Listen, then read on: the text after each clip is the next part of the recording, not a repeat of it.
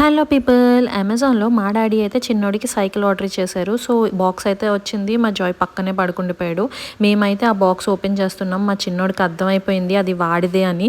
So ఇంకా ఎగ్జైటింగ్గా అయితే open చేస్తున్నాడు ఫుల్గా. వీడి కూడా నాలంటోడే, వాడిది ఏదైనా వస్తే అది ఓపెన్ చేసినంత వరకు ఇంకా ఊరుకోడు. వాడికైతే ఫుల్ ఎగ్జైట్మెంట్ ఉంది.